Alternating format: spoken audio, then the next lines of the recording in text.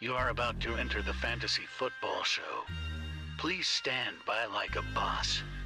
Estás entrado al fantasía fútbol novelas. Espera con el patrón.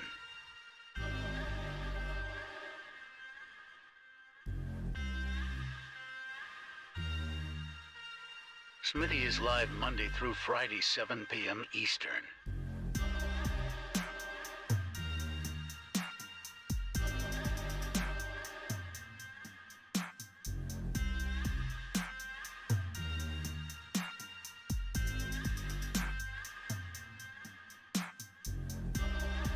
Get one-on-one text advice with Smitty at heysmitty.com.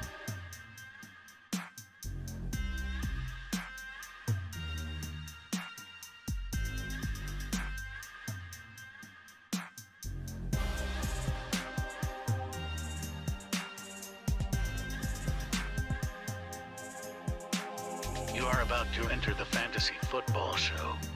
Please stand by like a boss. Estás entrado al fantasía fútbol novelas.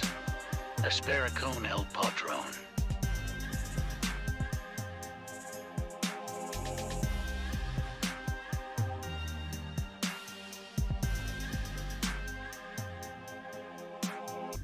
Get one-on-one text advice with Smitty at heysmitty.com.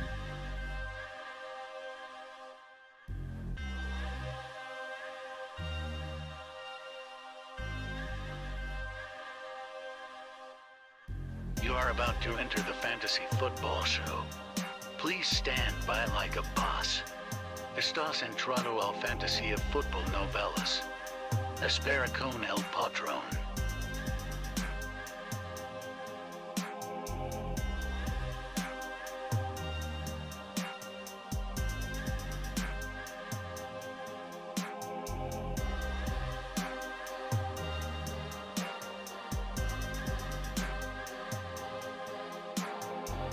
Smitty is live Monday through Friday, 7 p.m. Eastern.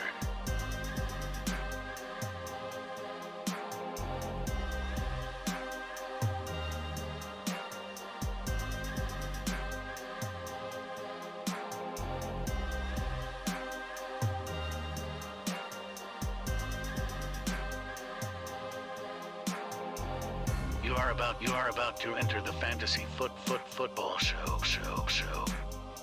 Please stand by like a boss. Estás entrado al fantasía fútbol novelas. Espera con el patrón.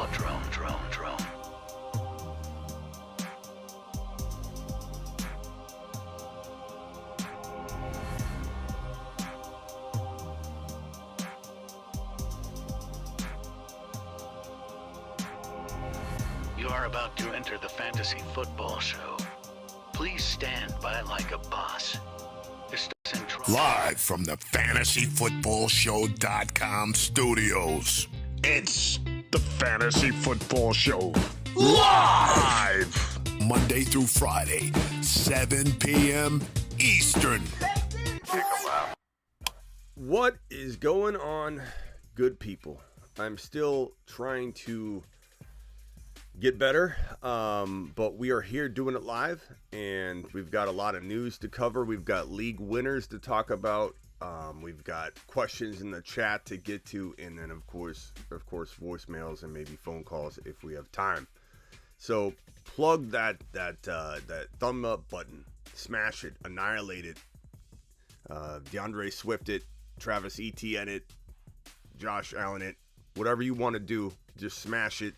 Subscribe if you're new, and let's get to the news. We got coughing going on. This household is so sick. I'm the healthiest one in Casa de Smitty. So, but we're all getting along. So let's get to the news. And now for the news.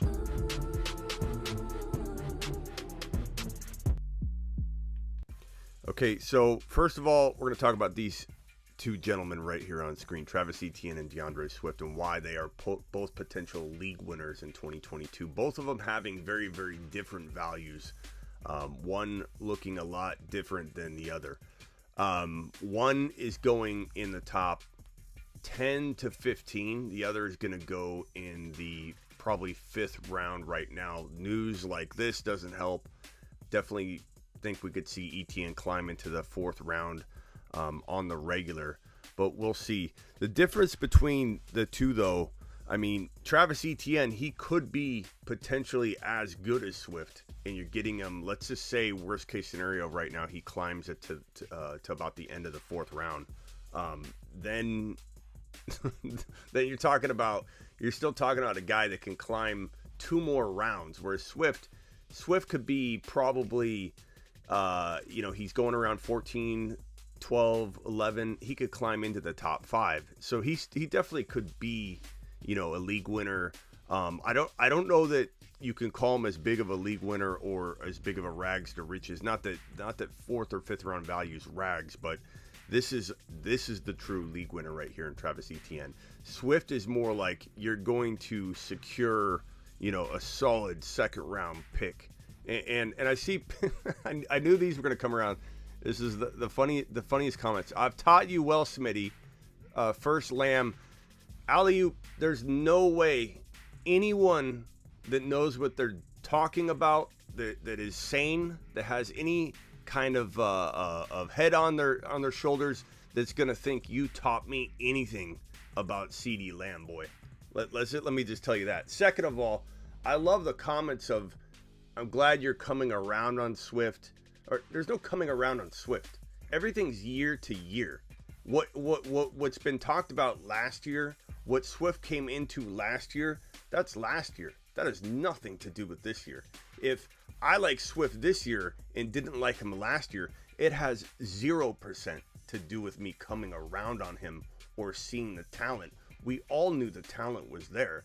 The problem was a bunch of different things last year, which he ended up playing well, but he didn't meet the expectations a lot of people had. The same draft value he had in early 2021. This time last year, Swift was going at 10, 11, 12. And we had to pump the brakes because you had Anthony Lynn and the coach and OC wanting to run multiple running backs. And Anthony Lynn also called this guy his B back, which none of us agreed with. But you have to walk in from season to season with a different approach. It's pretty funny. It's pretty funny when people say that. Like, oh, glad you came around on him. No, that's not how it works, alley-oop. And not to mention, you have nothing on me on Lamb, alley-oop. So take a big fat lap. Don't come back until you're done. Take a lap.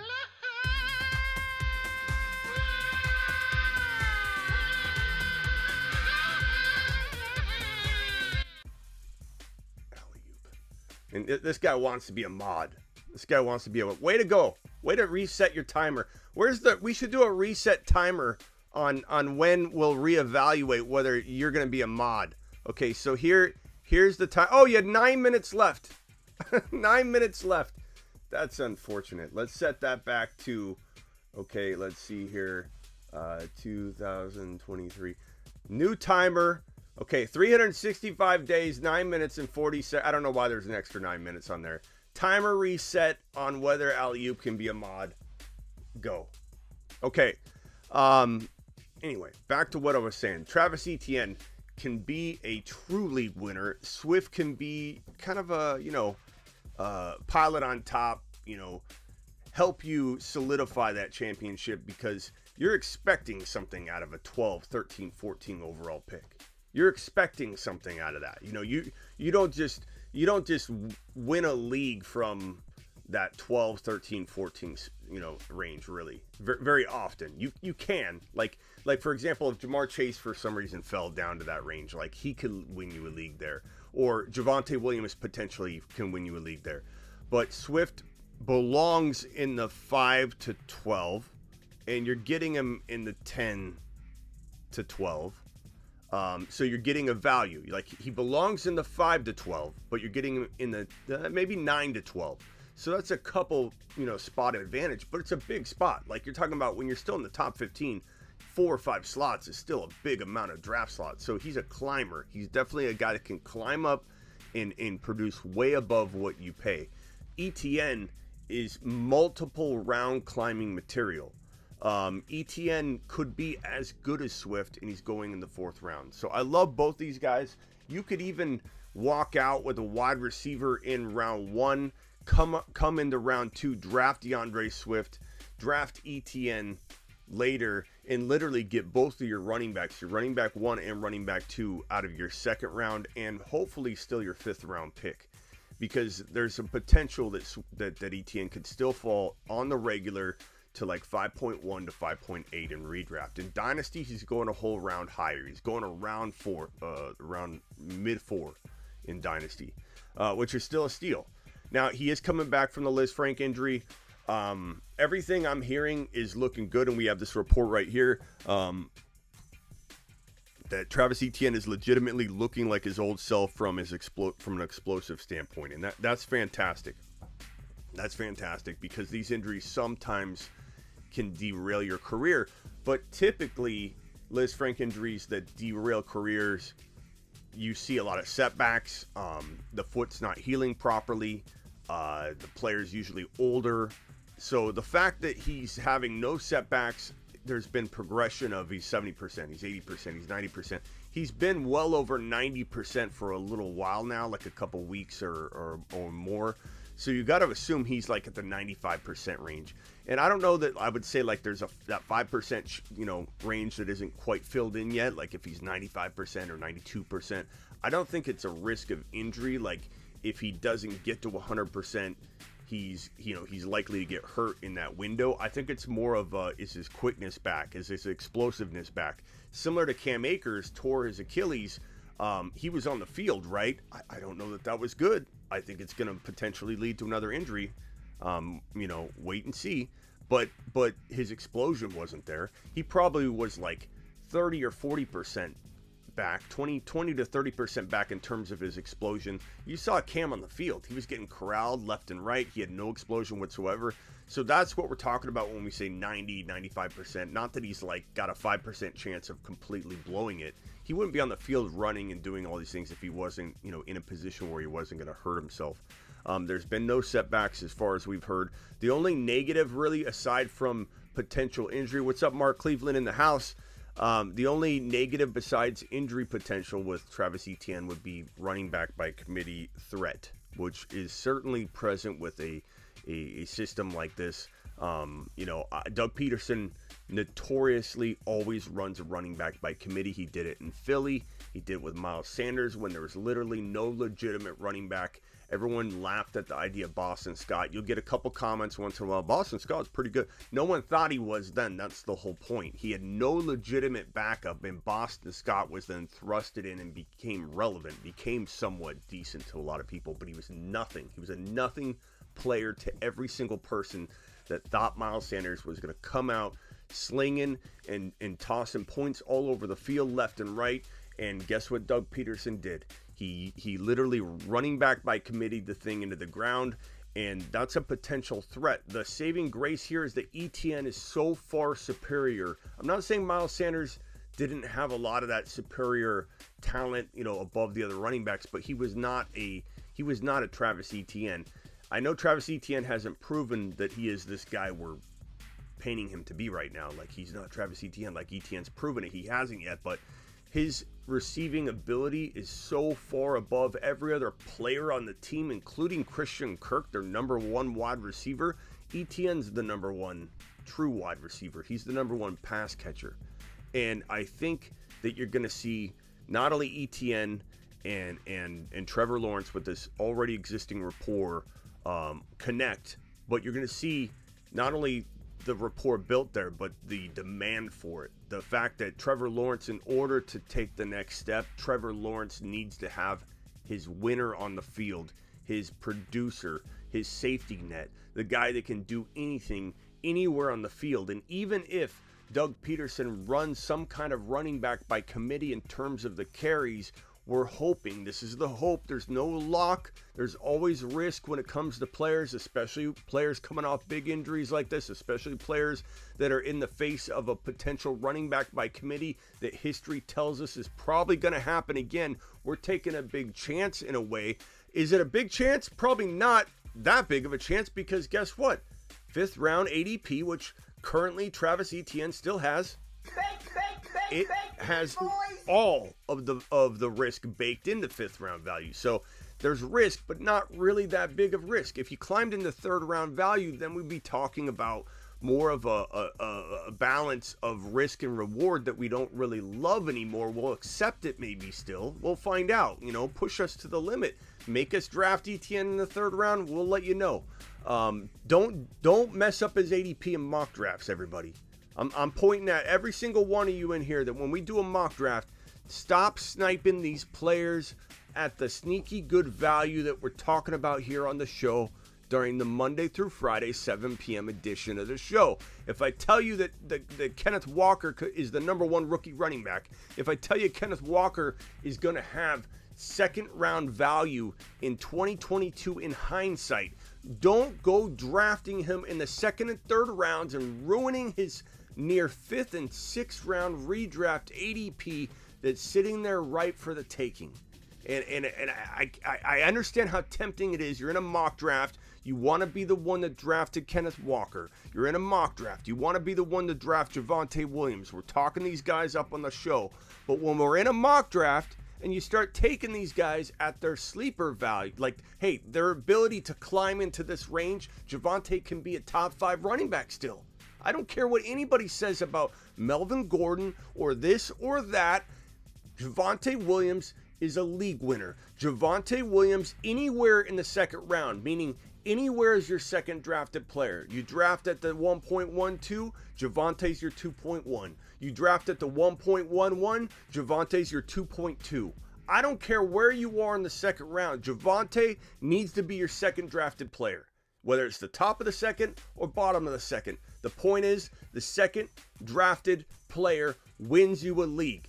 I need everyone to please stop drafting this man in the top 5. I need everyone to please stop pumping up Kenneth Walker's ADP past round 3 in redraft. Like, you want to take him in 4, I get it, and I do too. And sometimes I do. If I think there's some crafty snake oil salesman in my draft, and I know he's gonna steal away Kenneth Walker, and I don't care if I'm reaching around. I'll take him at 4.10. But in almost every draft, I've been patient enough, and we're talking best ball, which you can find if you go to thefantasyfootballshow.com, click on the underdog banner, get a free 10-minute phone call if you do that. Use promo code Smitty. But in every single best ball draft that I've done, that I've been patient and I've waited on Kenneth Walker, he's fallen. He's fallen. And guess what? Your pre-ranked list on your league software, wherever you're drafting, whether it's on an underdog, which again, thefantasyfootballshow.com, click the underdog banner, get your free 10-minute phone call. I don't care where you're drafting. That pre-ranked list is going to guide you into pushing the limits of where you can let a player fall. I.e., you want to draft Kenneth Walker, okay? It's 4.10. You have Smitty ringing in your bell. Oh my God, Smitty says he's going to be a 2nd rounder in hindsight. He's sitting there. Should I take him? Look at the pre-rank. Is the pre-rank showing him even on the top like 10, 15 players available? Because if you're picking 12 picks away, however many picks away, 20 picks away, you've got to count and figure out, is he right on the verge of being the top, like 1, 2, 3, 4, 5 players recommended once you get to your 5th round pick? Will he be 10 picks away? Will he be right at the number 1 spot? You're going to lose a player if the pre-ranked list is set up to where that player is going to be at the top or even close to the top.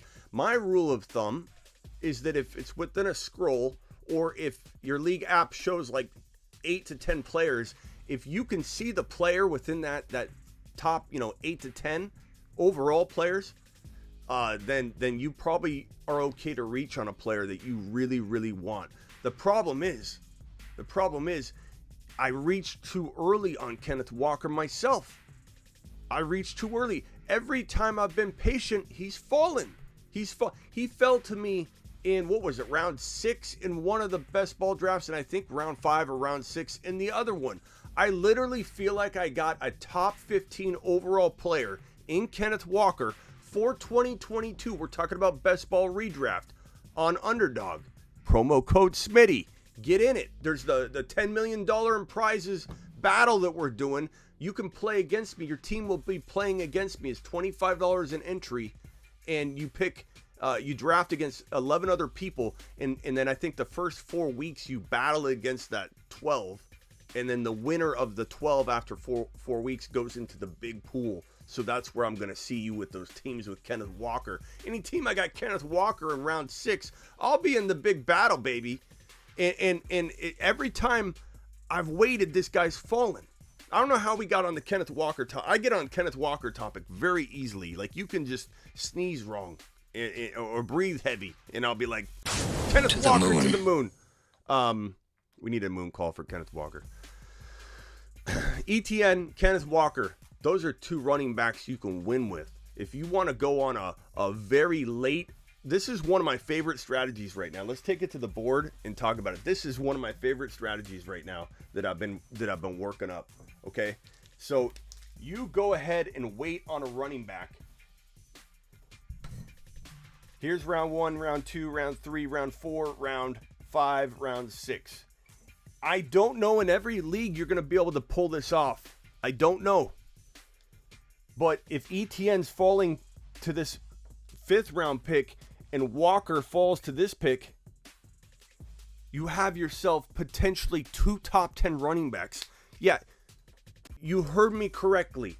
You have potentially 2 top 10 running backs in the 5th and 6th round. Now, granted, you have to move these 2 up around each. Let's say you take Walker here and Etienne here. It still works fine, but imagine if you can focus on all the other positions you want right here, whether it's Jamar Chase at this pick, and then in this round you take I don't know who, anybody could fall to this draft selection. Let's just say you like the Kelsey approach. You're like, I want to take Kelsey, Smitty.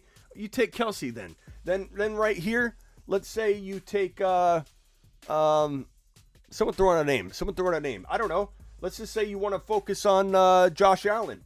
And you're like, I'm not going to let Allen fall. I don't care about early QB. People can laugh at me all they want.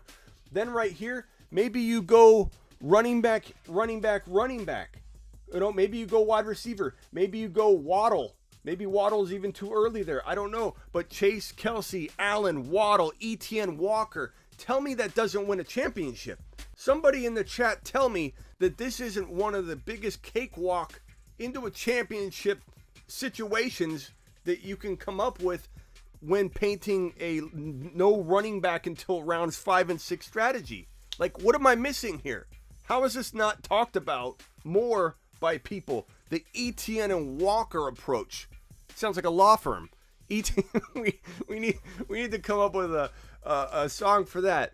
The Etienne and Walker and Associates. Where's some music? Give me some. I need some music. Hold on. Etienne and Walker and Associates. Where do we need some music? Here we go. Where do we got? We got some. Do we got anything? Etienne and Walker and Associates.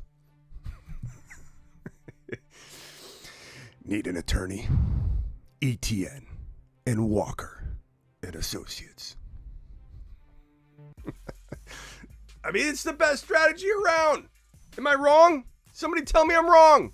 Chase, Kelsey. I mean, I'm not even sold on this. I'm just merely trying to paint the running back late. You pick whoever you want in this range. You don't like Josh Allen earlier. That's fine. Do whatever you want. You don't even have to go no RB until round 5. I'm trying to emphasize it. I'm trying to, like, you can pull whoever you want here. Let's say you liked Tyreek Hill and he falls. I personally am a little scared of Tyreek Hill this year.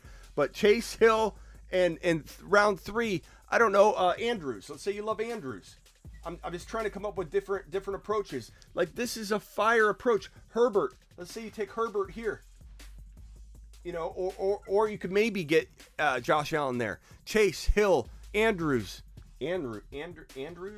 The W's in there somewhere. Andrews, Herbert, Etienne, Walker.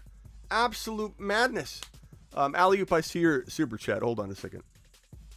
I'll get to it. I mean, anybody else just like thrilled about the look of that no running back until round 4 to 5? It's unbelievable.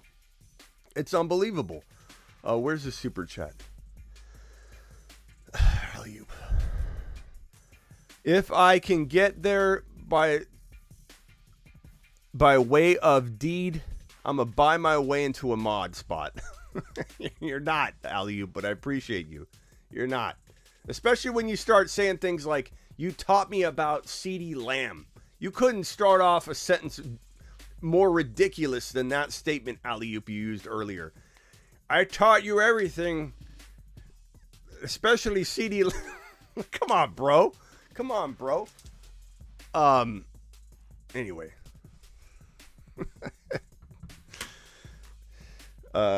Etienne Walker and Associates. Where's my megaphone? Let's try it with the megaphone. Etienne Walker and Associates. That's it, bro. This is it. This is it. Chase Hill. I don't know about Andrews myself, honestly. Whatever. This is it. I like this look right here. Fill in whoever you like in round 2 and 3. 2 and 3. I mean, let's throw Javonte in here because we know Javante's falling half the time. Let's just say we go Javonte, Etienne, Walker, and Associates. Let's say they add a partner. Let's say they add a partner to the firm.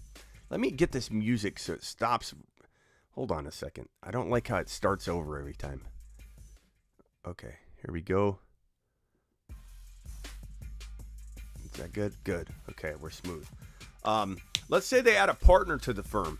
Okay, so it's Chase, Javonte, Etienne, Walker, and Associates. Let's go back to the Josh Allen and Waddle. I mean, that's just sick. That is just sick, man. You know, and I mean, I don't know who you could put in round 3. You could do DK and Waddle, potentially. But that is just absolutely sick. Okay. Where are we at?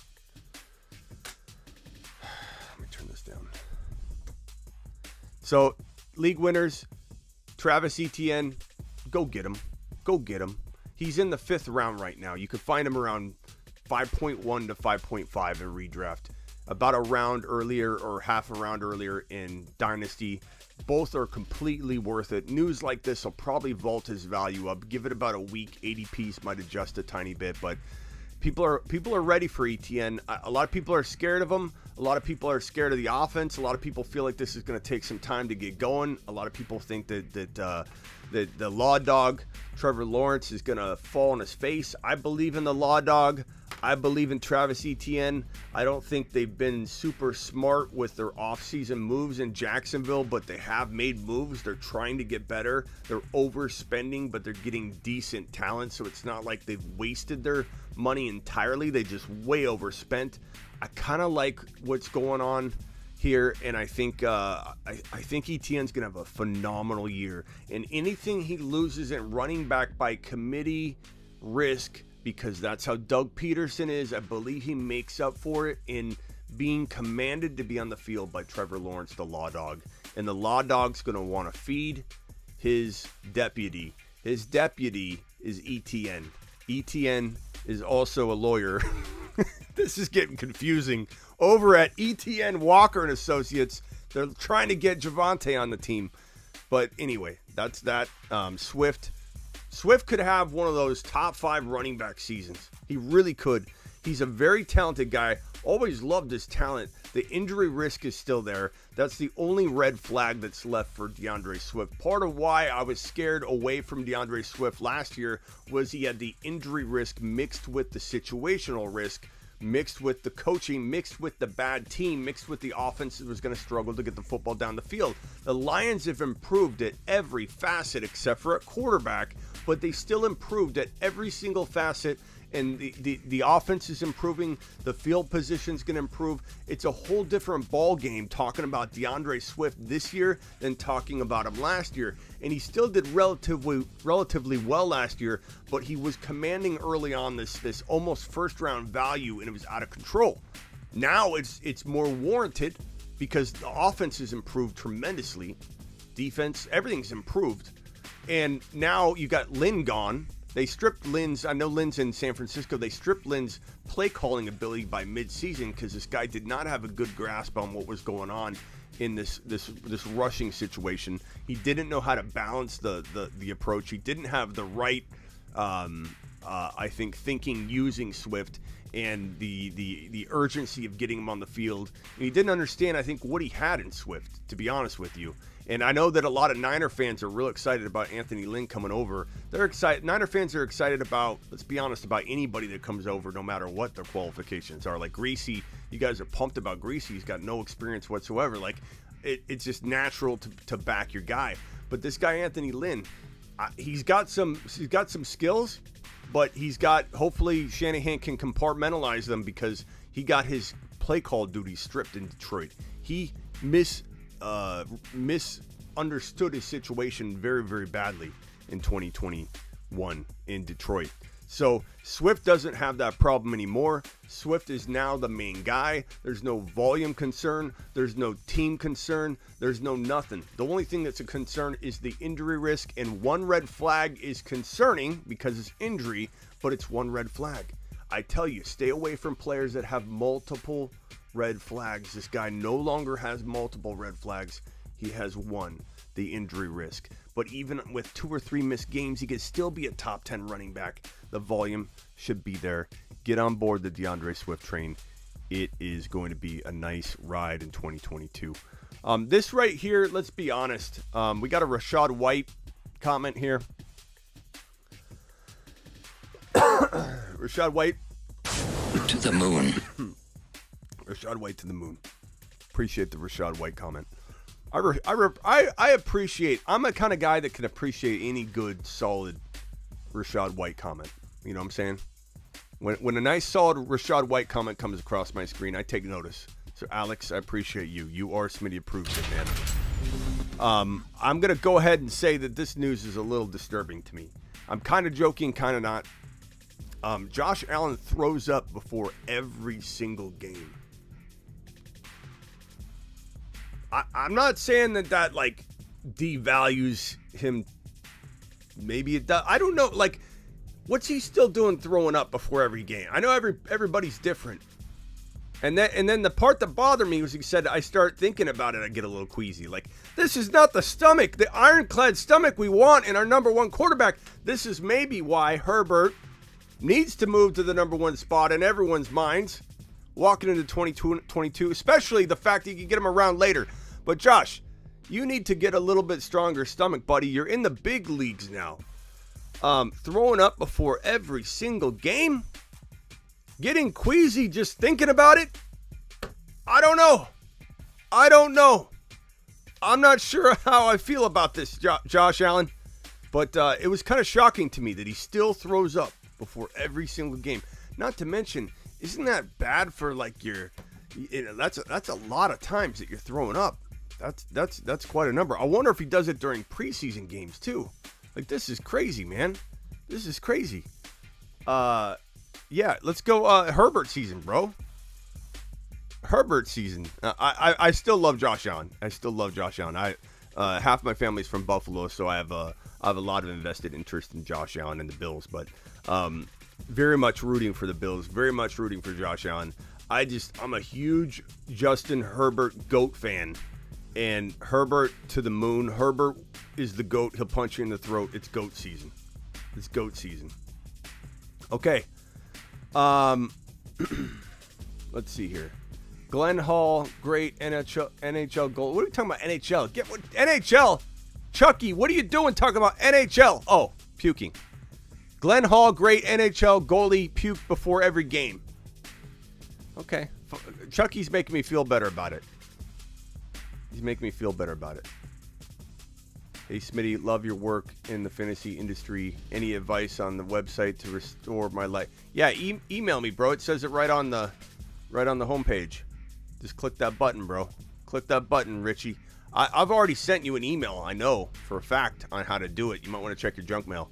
But email me right now, and I'll take care of you. Matty Ice. I don't know about Matty Ice having a good fantasy season. He might do okay. Yeah. I mean, super flex or something, but I'm not starting Matty Ice in any league, bro. Okay, this news right here. Baker Mayfield source tells Cleveland plain dealer that the Seahawks would likely sign Baker Mayfield were he released by the Browns. There's a lot of talk about the Browns maybe cutting him.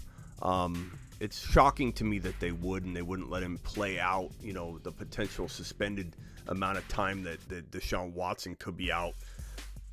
I don't know why. I don't know why you would not want to try and shove him out there, win some games, because I think that the odds are of him winning some games over Brissett are probably a little higher. I think Brissett's good. I like Brissett a lot. But I don't know why you wouldn't try and get something out of Baker. But let's say they cut Baker. Look, you had Pete Carroll say, I'm not interested in Baker. You had Pete Carroll say, we're not trading Russell Wilson. They traded Russell Wilson like the next week. So we're not interested in Baker. Yeah, right. You'll sign Baker immediately, Pete Carroll. And you know what? That will be great. I really do hope Baker gets cut, because I want the Seahawks to get this Baker Mayfield character under center. I don't care about the drama he brings to the locker room.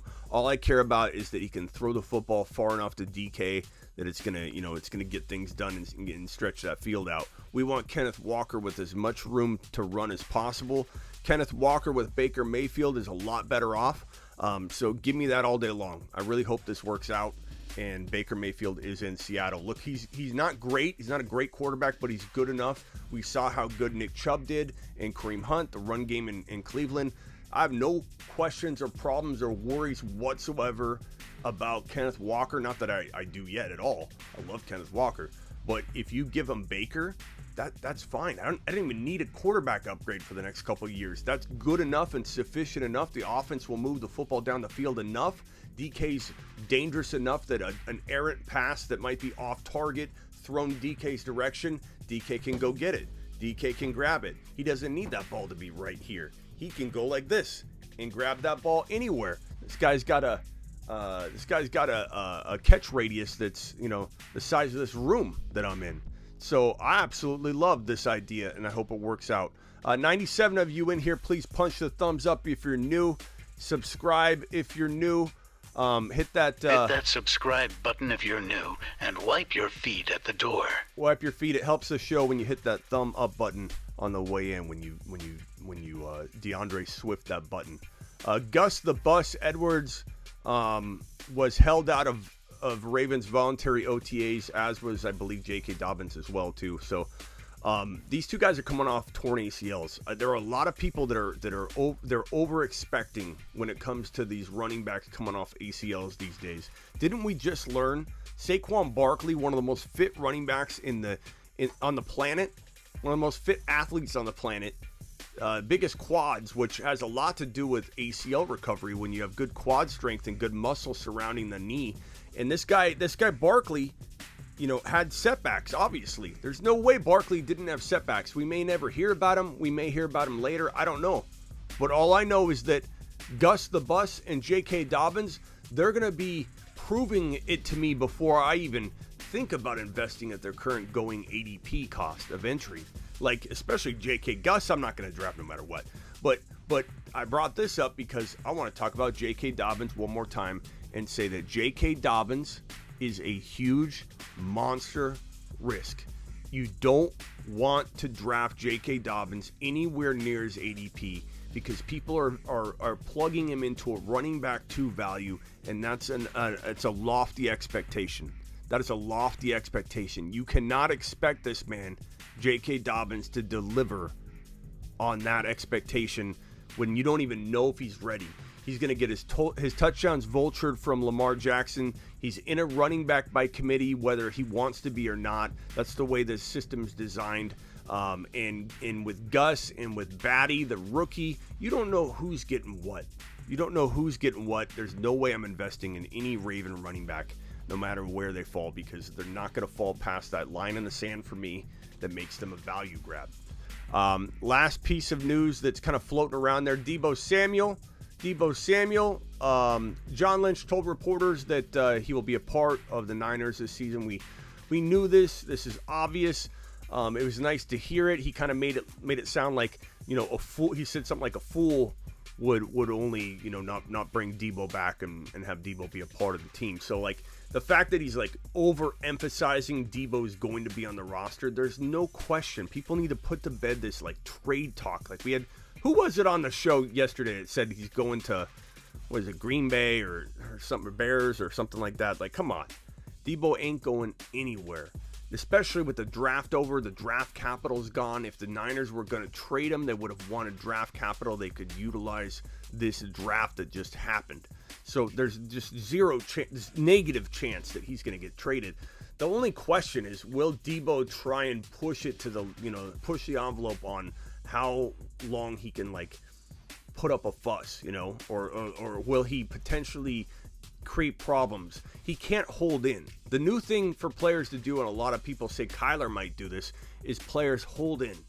They basically, instead of holding out where they'd miss money and they don't show up, they show up and then they fake injuries or they play at lesser degree or whatever. Deebo can't do that because Deebo's in a position where teams are worried about, and this is why some teams didn't trade for him, worried about him proving that he can do it consistently. And if he comes off of his big year and holds in and underperforms on purpose or fakes an injury, he would lose all the potential upside he has to get that big contract. There's no chance that Deebo's holding out. He would lose $40,000 a day. There's no chance he's holding in. So Deebo's showing up, and Deebo's going to accept whatever the Niners offer him the best deal. He might push back a little bit as long as he can for the amount of time he can. Part of me thinks the reason the Niners are waiting to even offer him a real legitimate offer is to give him the smallest amount of time to sit there and go, no, I don't like that, I want a new deal. They're giving Deebo no negotiation time. If they don't put the final offer or the first offer out on the table, Deebo can't negotiate. Deebo can't sit there and say nope and walk away from the table. If they give him a contract and he's got very little time to show up, guess what? Deebo's showing up. Deebo's showing up. And Deebo's not playing for $4 million. If they offer him $60 million guaranteed on 4 years, $104 million total contract on the 4-year deal, $59 to $60 million guaranteed, he's going to take it. He might push back a little bit, but he's going to take it because he doesn't want to go in playing for $4 million, get hurt, and not get the bag. Not to mention, they will then franchise tag him potentially next year. So it's not like he's gaining control by playing through 1 year on $4 million. They could just franchise tag him. He might as well sign that $60 million guaranteed deal. Maybe he can squeeze in some incentives. Maybe he can get to $65 million guaranteed. But the Niners aren't going to up it. Like, let's say Cooper Kupp signs his big extension coming up, or DK Metcalf gets a big extension, or McLaurin comes in and gets a little whopping extension. Deebo's not going to see much of a bump based on what happens outside of the doors. It's just the bottom line. The Niners have put together an amount of money that they are going to offer Deebo. It's ridiculous that the Niners won't give him the deal now. They won't make the man happy now. It's got to be a negotiation tactic or pure stubbornness by this organization.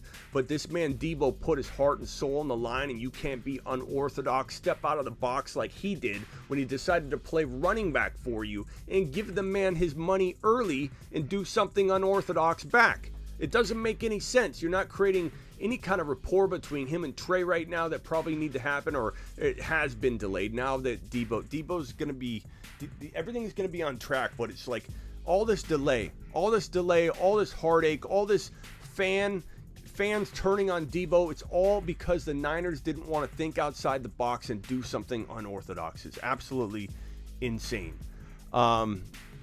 Okay, so that's all for the news. Let's get to the voice messages. It's voicemail time. Drop a voicemail at the Fantasy Football Show on the gram. Tell your grandma. He'll punch you in the throat. Let's see here. I got one from Kenny, I think. Smitty, do you feel Joe Burrow can produce 2 top 10 dynasty PPR wide receivers? I don't know if this is an old question or not, but I like it. I don't know if I answered it. Top 10.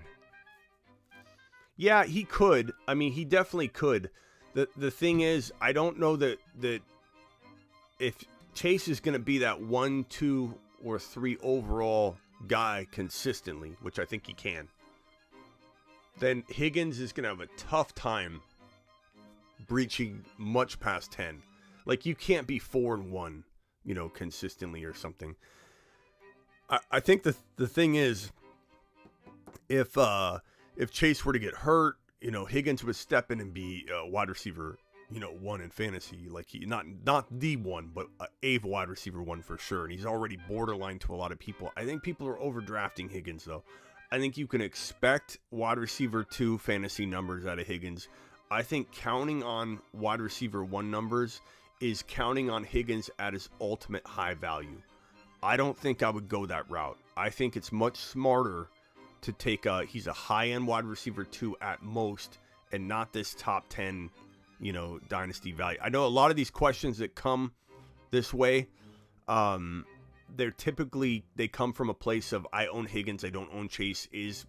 Am I screwed? Is Higgins potentially going to be the number 1? That's what a lot of Higgins owners want to hear. And the bottom line is, you can't expect anything in the high, even low end wide receiver 1 value. You can only hope for it, but don't draft for it. Smitty, I got 2 questions for you, both of them about the Browns. What's your outlook on the Browns if Deshaun Watson gets suspended? And what's your outlook if he doesn't? Obviously, the ceiling is way higher if he doesn't, but if he does, are you trying to stay away from all Browns players in fantasy? So Chubb's gonna have a good year, and he's gonna have probably 1 good year, and then we take it year by year, meaning I'm not gonna lock Chubb into having a second good year, because Chubb's taken a beating. His knee, he had one of the most gruesome knee injuries in the history of football. In the history of college and NFL. His knee, your knee bends like this, right? His knee, literally, if you lock your knee, so if you extend your knee out like that, his knee literally came up and made an L shape the reverse direction. Like, your knee locks like that. It's basically like taking my elbow. Better example is, let me take my elbow. So this is his knee. His knee literally made an L. And tore everything. Some people say that he didn't tear his ACL. I say that can't be.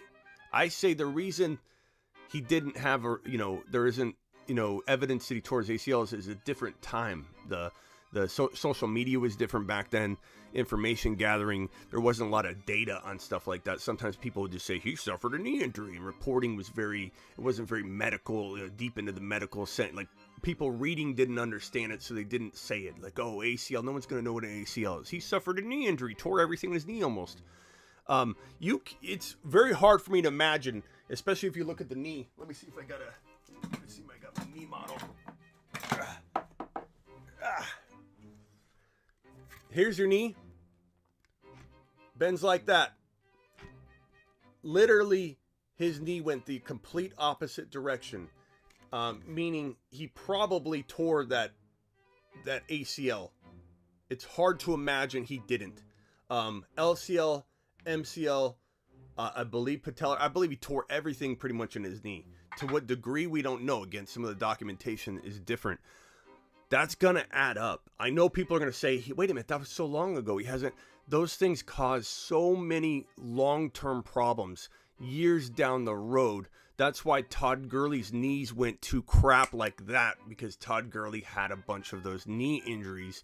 And especially, you damage cartilage, you tear ACLs, which again, we don't know if he tore an ACL in that knee. This stuff has a lot of problems occur very quickly once your knee's been that damaged, and he takes a beating. Like, there's two running backs come to mind when I think about running backs that endure more between the tackles than any other running back, because running backs nowadays are PPR and non-PPR morphs. They're between the tackle and pass catching backs. They're DeAndre Swifts, they're Jonathan Taylors, they're Javonte Williams, they're Najee Harris. I'm going straight down. Austin Eckler, DeAndre Swift, like all those guys. Every single one of them, pretty much, except for Henry and Nick Chubb. Those guys take so much abuse between the tackles. They will fall fast. They will fall harder and quicker, and it'll be more abrupt when they end their reign as a top running back. It's going to be more abrupt than any of the other running backs like Kamara or Cook. Every single running back pretty much in the top 10 to 12 is a half PPR, half between the tackle player. That's the way the NFL is. That's why it's so funny when people say Kenneth Walker won't catch passes. Are you out of your minds? Is anybody, I mean, we'll get on that in a second. I keep going on this topic over and over, but Kenneth Walker is going to be a PPR nightmare for people. He's going to be a monster. He's going to be a monster. Say what you want about his college catching, you know, or lack thereof. The fact that they didn't throw it to him. Keep saying it all you want, because Kenneth Walker is going to prove you wrong, just like Zeke Elliott proved people wrong when people tried to paint his inability to pull in passes based on his college reception performances. Guy proved it at the combine. Kenneth Walker proved it at the combine. Kenneth Walker has every single skill set you want and need to be a PPR running back, a monster at the NFL level. Every single thing. Njoku, I keep seeing Njoku to the moon. You want me to hit Njoku to the moon? You want an Njoku to the moon? Here's your Njoku to the moon. You've just been Smitty disapproved. I'm not saying I don't like Njoku or that he can't maybe deliver. I liked him back in the day, but it's been a little while. Okay, I don't think Njoku gets any kind of moon call, bro. I don't think that's an appropriate request. I'm sorry. Anyway, I don't know what topic we were on, where we were at. Terry asked me about the Browns. So, and I think I said Nick Chubb would have one good year, and then I went off on some tangent. Yeah, Nick Chubb, one good year. Then we take it case by case. Okay, then I went off. I'm sorry. Let's rear back this way. Past that, I mean, Amari Cooper, it depends where you're getting him. Amari Cooper, maybe.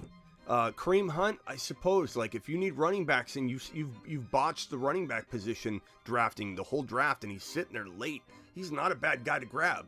He's not. They're talking about extending him. So I think I'm getting hot sweats again. I'm just getting a fever again. Anyway, thank you, Terry. Hey, Smitty, you feeling good about Waller this Oh, year? and Terry, if Watson's not there, I still feel the same way about Chubb, and I feel iffy about Cooper depending on his value. If Watson is playing the full season, like let's say the NFL comes out and says we'll suspend him later, maybe we're not going to touch it right now, then Cooper's in wide receiver 2 territory pretty easily, and I do like him, but I think he gets overdrafted, so we'd have to readdress whether I like him after we know where his ADP would settle with a Watson playing 17 games. So hopefully that answers your question. With the addition of... Hey, Smitty, you feeling good about Waller this year with the addition of Adams? Do you think he'll bounce back, or are we looking at a repeat of 2021? So I like Waller, and I'm concerned about Waller, and I like Waller. I like Waller because he's falling to like 5th round, sometimes like 6th round value, which is crazy when you think about it. But I guys, call the bat phone. It's constantly ringing. I'm getting texts all the time. You can get your one-on-one text advice access. This has been in my pocket buzzing. This is my second phone. This is my personal phone. This is my work phone. I carry both around with me at all times. You saw me pull this out of my pocket. It's sitting there buzzing. And if you want a one-on-one access to me, just go to thefantasyfootballshow.com. And that's where you can subscribe to all my stuff on thefantasyfootballshow.com. It's the all-new thefantasyfootballshow.com rankings, bold predictions, trade calculators, the one-on-one advice. You name it, this is your one-stop shop for fantasy football content. I've been doing this for 20 years. This is what I've been doing for 20 years. The video game, I'm relatively, you could say like this is like 3rd or 4th year doing the video content. But I've been doing the writing and the radio stuff for 20 straight years professionally, and thefantasyfootballshow.com, that's my 20 years of content creation accumulated there. And so get on over there. I just redid the whole thing. It's lightning fast. It's fresh with content. The bold predictions are growing every single day. We've got like, I think 6 of them up already. So get on over to thefantasyfootballshow.com and get that lifetime membership so you can get the 2 years of free text advice. What was this question? Sorry, I'm still recovering from the 19. It burrowed me. I got blasted. The whole family's got it. I'm the healthiest one in the household right now. Everyone here has got fevers. Mine may be back. I don't know. But we've been getting blasted. What was the question? Hey, Smitty, you feeling good about Waller? this Waller. year with you? Thank you, Kenny. Waller. So the fact that he's a 5th to 6th round pick, I like him. But let's think about this for a second. You know, I don't know that he can have the same year he's had in the past, right?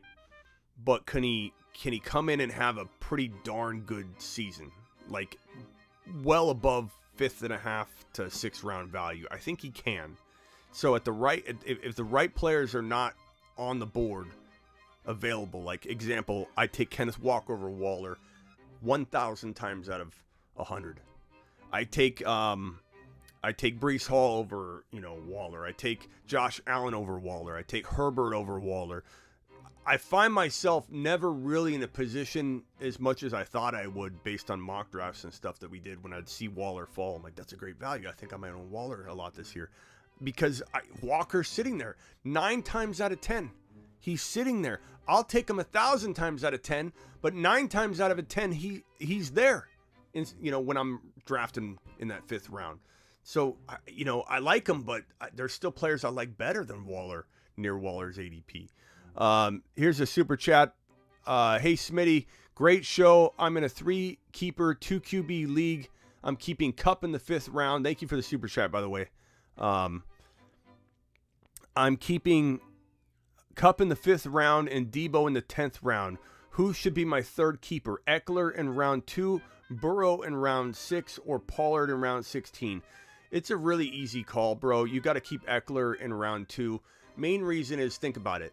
Where's Burrow getting drafted typically in a draft? Around round 5 or round 6. So you're getting no real advantage other than that nobody else gets to grab Burrow. You have no real keeper advantage. That's where he kind of belongs. I would definitely draft him back. I absolutely love Burrow if you can pair him up with these guys again. But Eckler, you can't sniff Eckler in the 2nd round. So Eckler's a fantastic pick in that 2nd round. And literally, you could get a Burrow, you could get a Hurt. You'll get somebody that will be in that ballpark that you'll like, even if it's Trey Lance or a Russell Wilson or whatever. But try and get Burrow back. But Eckler, Deebo, and Cooper Kupp is a fantastic trio. Excellent job with that. That's absolutely amazing. I'm picking at 9. So you should be able to get Burrow back, and that'll be equivalent to the 4th round, which isn't too high for Burrow, I think, especially with that combination of what you got. But personally, what I would do is go after Breece Hall and Kenneth Walker and put another one of those running backs, if not both of them, alongside of Eckler. Then you're in the money, bro. You've got Deebo, Cooper Kupp, Kenneth Walker, Breece Hall, and Eckler coming out of that 9 and whatever pick you have. That's pretty good, dude. But it also depends on who's there. Don't hesitate to get my one-on-one text advice at thefantasyfootballshow.com so that I can actually help you when you're on the clock, bro. Just let you know. Appreciate you for that super chat, and also email me through thefantasyfootballshow.com. I'm going to give you a spot in the Cooper Kupp League for dropping that super chat, pal. Appreciate you. Kenny says he's playing 2 QB, Smitty. Oh, is he? Okay, hold on. Sorry, I'm still a little out of it. Thank you, Kenny, for catching me on that. 2 QB league, 3 keeper, 2 QB league. Yeah, okay, so you need QBs. Yeah, my bad. I didn't see that. Hold on.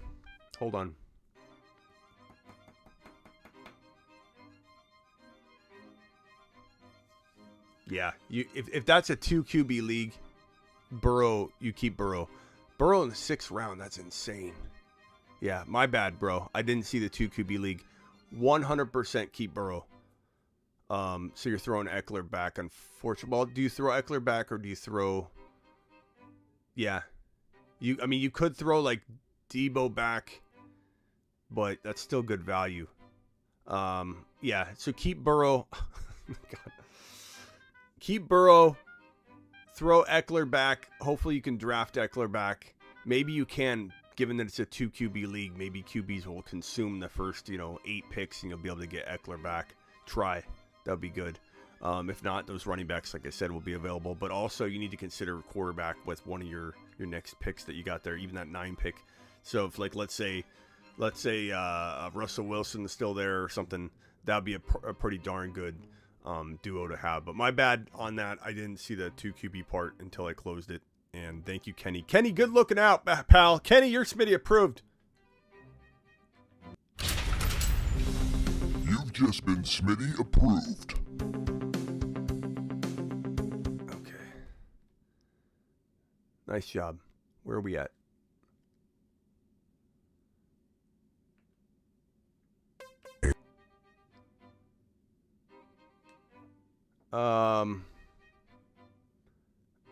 Yeah, Burrow 2 QB. I see it, guys. Okay, I'm going through the 19 right now. I'm a little off my reading game.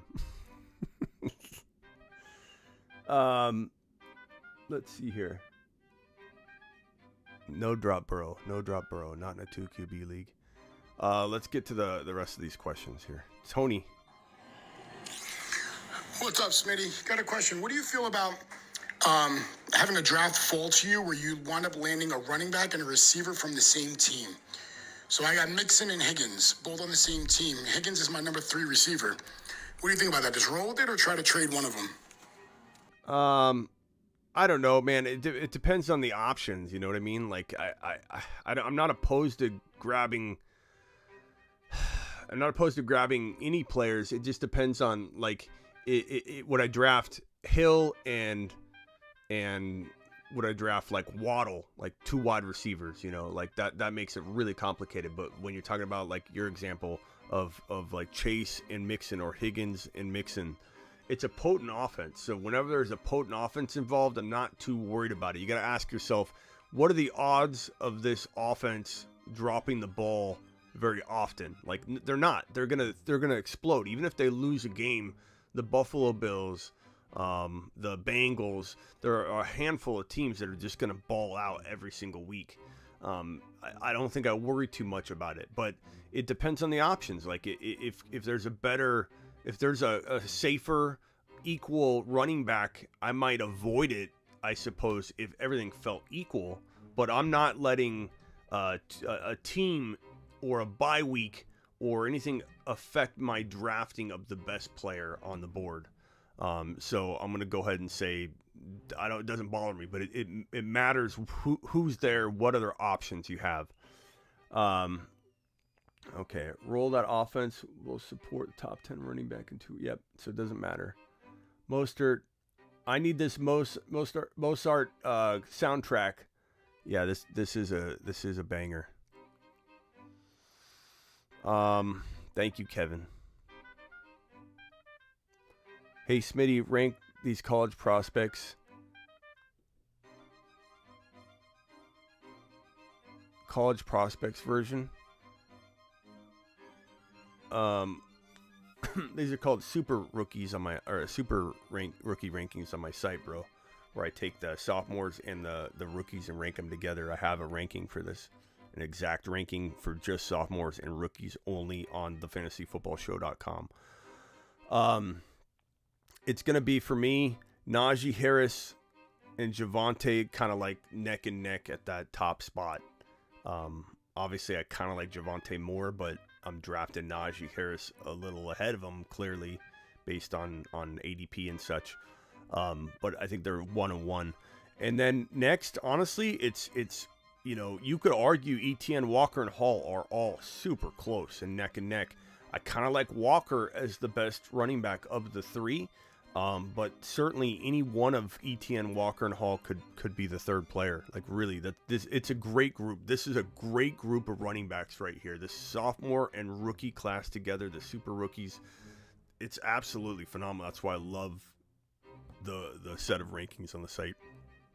Go check out Super Rookie Rankings, bro. You'd love it on the Fantasy I'd like to Football hear your Show. take on the Cardinals running back situation. Thanks. Cardinals running backs. I mean, it's Connor, and I like Darrell Williams. They added Darrell Williams. That's a very much like a Chase Edmonds, type of role. I like that. Connor, I think people are going to expect what they got last year, and it's going to be hard. He's going to be hard pressed to score those touchdowns, but I certainly think he could potentially produce top 12 running back numbers. Sure. But past that, I'm not going to be expecting anything, crazy. If I'm picking outside the top 3 in the draft, Najee is definitely who I'm targeting. Last year, JT was my guy, says Mr. B. You're not going to get Najee outside the top 3, bro. But I don't know. Maybe you will in your draft. Maybe you will in your draft, homie. But I don't know about in any of the ones I see. I'd like to hear your take on the Cardinals running back situation. Thanks again, Joseph. Hey, what's up, bro? Silver. Hey, man, I got Derrick Henry in that one dynasty league we got going. Do I need to get that Hassan Haskins or what, man? What do you think? Do I need to get that guy? Thanks, Silver. Silver Rapture's in the house. Yeah, I think you probably should. I think he looks like he's got potential to be the backup. We don't really know. But I think, yeah, there's a lot of good hype about him. So the fact that I think, Henry looks good. There's that video of him running uphill. I'm not going to lie. Like, he looked really, really good in that. Part of me thinks that, maybe he had that plate taken out of his foot. But that doesn't change anything in terms of the breakdown happening based on the mileage. Like, do I think he might actually have a couple, really strong games out the gate? Sure. Could he play good for six weeks? He could. And so if you do draft Henry, just make sure you trade him again before you even sense a decline's potentially possible. I would say last year it was if you draft Henry, make sure you trade him by week 10 before double-digit weeks. This year I feel like if you draft Henry, you got to trade him before the first 2 months are up. So 8 weeks before the 8th week, or right coming out of week 8. Like, I think if you give it more time than that, you're going to end up getting screwed. Now, I mean, anything's possible, guys. Could he have one more elite year left? He certainly could, but the mileage is insane. And if you take a look at the footage of him running up that upward hill, sprint path that he was doing, left and right, cutting, looked great. He looked great. I'm going to admit, he looked great. He looked very strong running uphill. But keep in mind that Derrick Henry looked really good bench pressing on rubber bands, floating in the air with chains all over him. I mean, he was just doing those push-ups mid-air with just weights and chains all over him, and people are like, oh my God, he's going to explode. And he did, but he got hurt because the mileage added up. So it's hard to know. It's hard to know. It's hard to know when a player is going to fall and decline. It's hard to know when the drop-off is. Sometimes you can be a year early, but I'd rather be a year early than a year late. And I just think that it's going to be really, really, really tough for him to stay healthy off of the amount of volume he's endured. And the fact that Tennessee is going to be a lesser offense. They lost A.J. Brown. There's absolutely no shot that they're going to be in as effective offense in moving the football down the field. That means a lot more stacked boxes, a lot more brutal hits for Derrick Henry. They're not going to be living in the red zone. This is going to be a much lesser offense with the quarterback potential controversy because Tannehill's not happy. Tannehill's not going to play well because he's unhappy. Tannehill's not a good quarterback to begin with. He's like an average quarterback that had an amazing wide receiver, a top 5 wide receiver talent-wise on his roster. Now he's not, he doesn't have that option. So it's going to be downhill for the Titans. They're not going to be the same team. And then now all of a sudden, you got Derrick Henry taking more hits. And I think because they're going to lose that offensive, advantage that they had in stretching the field and the balance to their offense. Now it's like, do you think they're going to run Henry less? Probably not. They'll probably run him 25, 26 times a game. You run Henry 26, 27 times a game, he will break. If you run him a lot less to keep him healthy, he won't be Derrick Henry. He needs that volume in order to get going. What do we Beham? We got that last question out of the way. Okay, I think we're good with the questions. We'll get back to any final. We'll just roll through the chat real quick. Guys, ask me as many questions as you can. Keep them short. We're gonna do fantasy football court real quick. It's time for fantasy football. Court.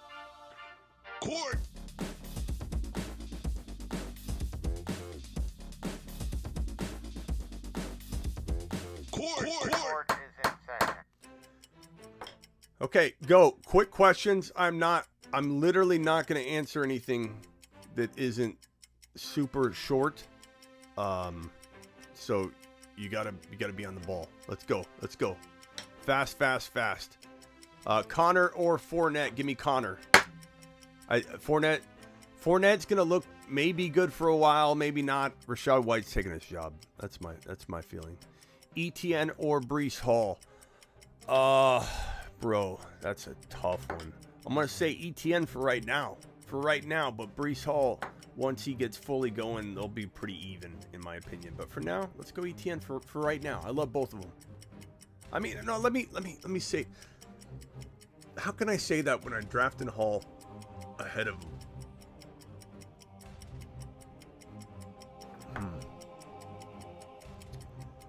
I'll say Hall for now. Smitty has finally converted to a Swift owner.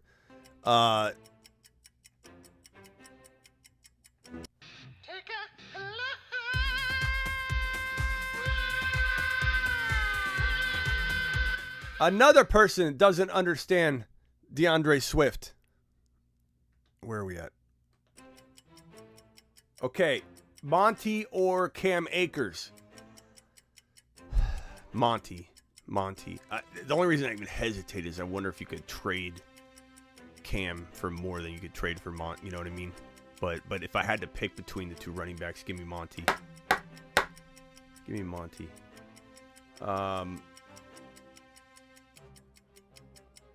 Hall is healthy. Yes, Chucky. He is. Swift or Diggs? Swift or Diggs? I'm probably going to say Swift if I've got to pick between the two. I like both of them. They have very, very close ADP, but give me Swift. Trevor Lawrence or Zach Wilson? I'll probably go Zach Wilson this year, but I think both of them are very, very close. I think both of them will be very, very good in the future. They just need time. Their offenses have been very, very, they haven't had the potential that they're currently trending toward. Like Lawrence had a setback year. It was just a horrible, beginning to his career, but he's restarting. Etienne, I wish they had a better wide receiver than Christian Kirk, but it is what it is. So give me Zach Wilson with all the talent. T. Higgins or Keenan Allen? Very, very close. I think, if you want safety, go T. Higgins, but I think Keenan Allen. So, look, Herbert's going to either feed Mike Williams wide receiver 1 numbers, or he's feeding Keenan Allen monster wide receiver 1 numbers. So that's tough. I think safety, go T. Higgins, but if you want a little bit more upside, because he could be the number 1 wide receiver for the number 1 quarterback in fantasy football. Not that Burrow can't be the number 1 fantasy football quarterback as well, but T. Higgins will be the number 2. So give me Keenan. Barely. Waddle or Deontay? Give me Waddle. I don't trust Deontay or the Steelers' passing attack until it proves otherwise. So give me Waddle. Aaron Jones or Saquon Barkley? Give me Aaron Jones until Barkley proves himself. I think Aaron Jones could have a horrible year, or one of those last, hurrahs where this team is depleted in the wide receiver room so much that they lean to a guy that knows how to catch the football from Aaron Rodgers. Aaron Rodgers loves throwing the football to Aaron Jones, so if they can utilize Aaron Jones a lot in that passing attack, then Aaron Jones is going to have quite a year. Barkley's got to prove it to me. He's in an offense I'm not real fond of. I think Danny Dimes will steal and vulture a lot of touchdowns. Barkley has yet to prove he can stay healthy. He has yet to prove he is healthy. So give me Aaron Jones pretty much all day on that. Although, would it shock me if Barkley outscored Aaron Jones or Aaron Jones got hurt? No. Hooper or Njoku? Neither. Celtics or Warriors? Warriors. DK or Deebo? Probably Deebo, but I like both of them. I love both of them.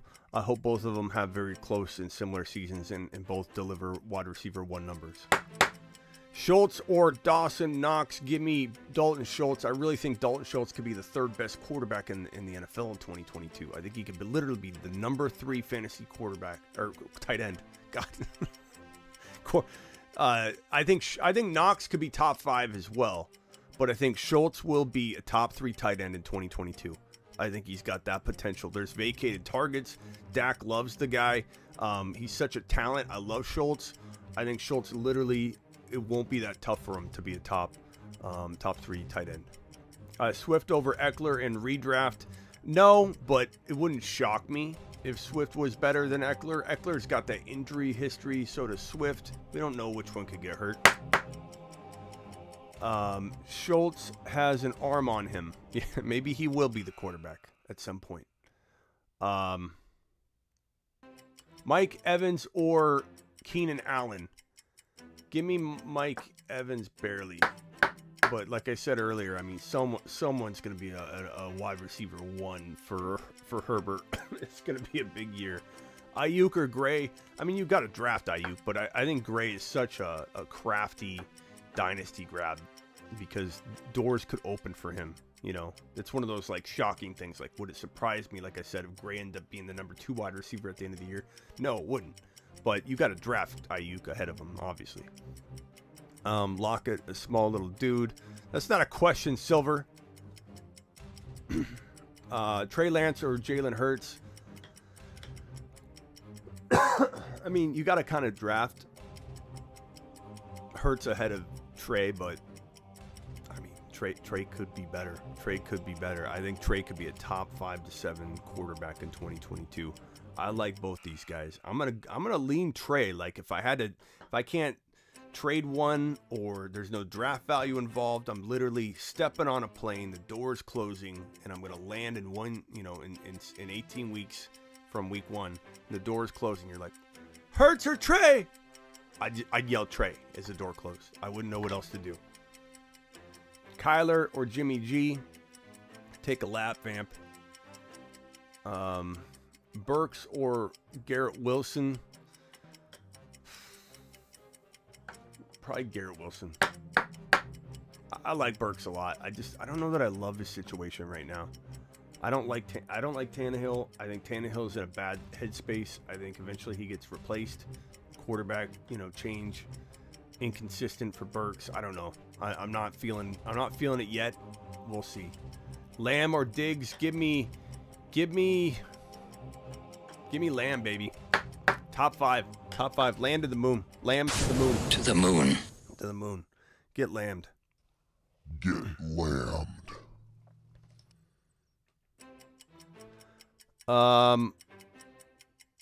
Last one. Someone give me a juicy one. Someone drop a juicy one. Allen's floor is safe, but he has a low ceiling. Allen who? Pollard or AJ Dillon? That's a good one. Give me, either one of these guys could be the number 1 running back by like week 5. Both of them could be. Give me Pollard though. I think Pollard's season is on its way. I think it's already here. I think Pollard could be getting some moonshots very, very soon. This is another one from Silver. Hey, Silver. Hey, I got that report from Sleeper earlier. Said Connor was back out there today. That's what I'm talking about, baby. Let's go.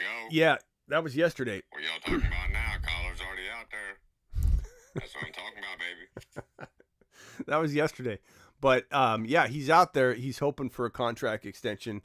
And the Cardinals are actually talking like this could happen. So it depends on if they're on the same page, though.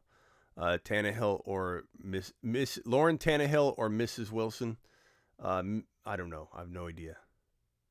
Rashad White or Sky Moore. Give me Rashad White all day, baby. Rashad White is getting the moon call.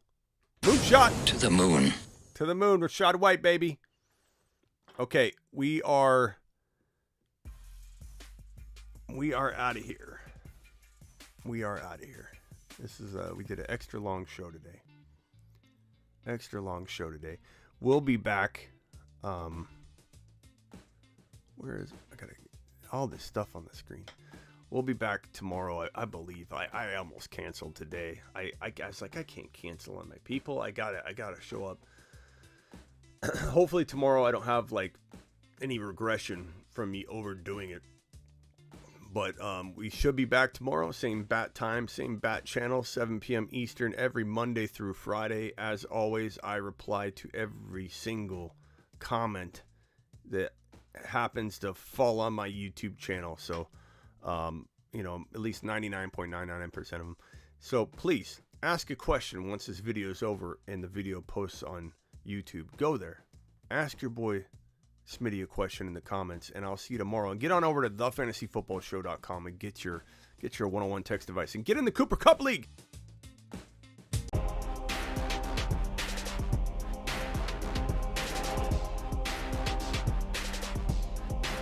You guys can DM me on Instagram at thefantasyfootballshow.com if you want one of the final Cooper Cup spots. The draft will be June 15. 1 hour timer off at midnight. There are just 1 or 2 spots left. You can DM me on Instagram at thefantasyfootballshow.com. Make sure you DM me on Instagram at thefantasyfootballshow and get on over to thefantasyfootballshow.com for my content, bowl predictions, one-on-one advice, you name it. Appreciate everybody in here, and especially the super chatters of the day. Thank you guys for all the super chats, especially I forget how you say it. His name Owala. I'll just call you Owala. Owala with that super chat. Again, get on over to thefantasyfootballshow.com. I think you'd love the one-on-one text device feature and all that. Make sure you keep Burrow in that 2 QB league. My bad for reading that question wrong earlier. Burrow is a gem, bro. In a 2 QB league, you got Burrow, you got Kupp and Deebo. Absolutely insane. I still think you consider Eckler over maybe Deebo, but I mean that's still a great value Eckler in the second round. But Deebo and 10, that's such a big difference. But yeah, especially because you have a high second round pick, you gotta go Deebo and Kupp. Nice job, pal. Appreciate that super chat. Hope you're still watching and you can hear this.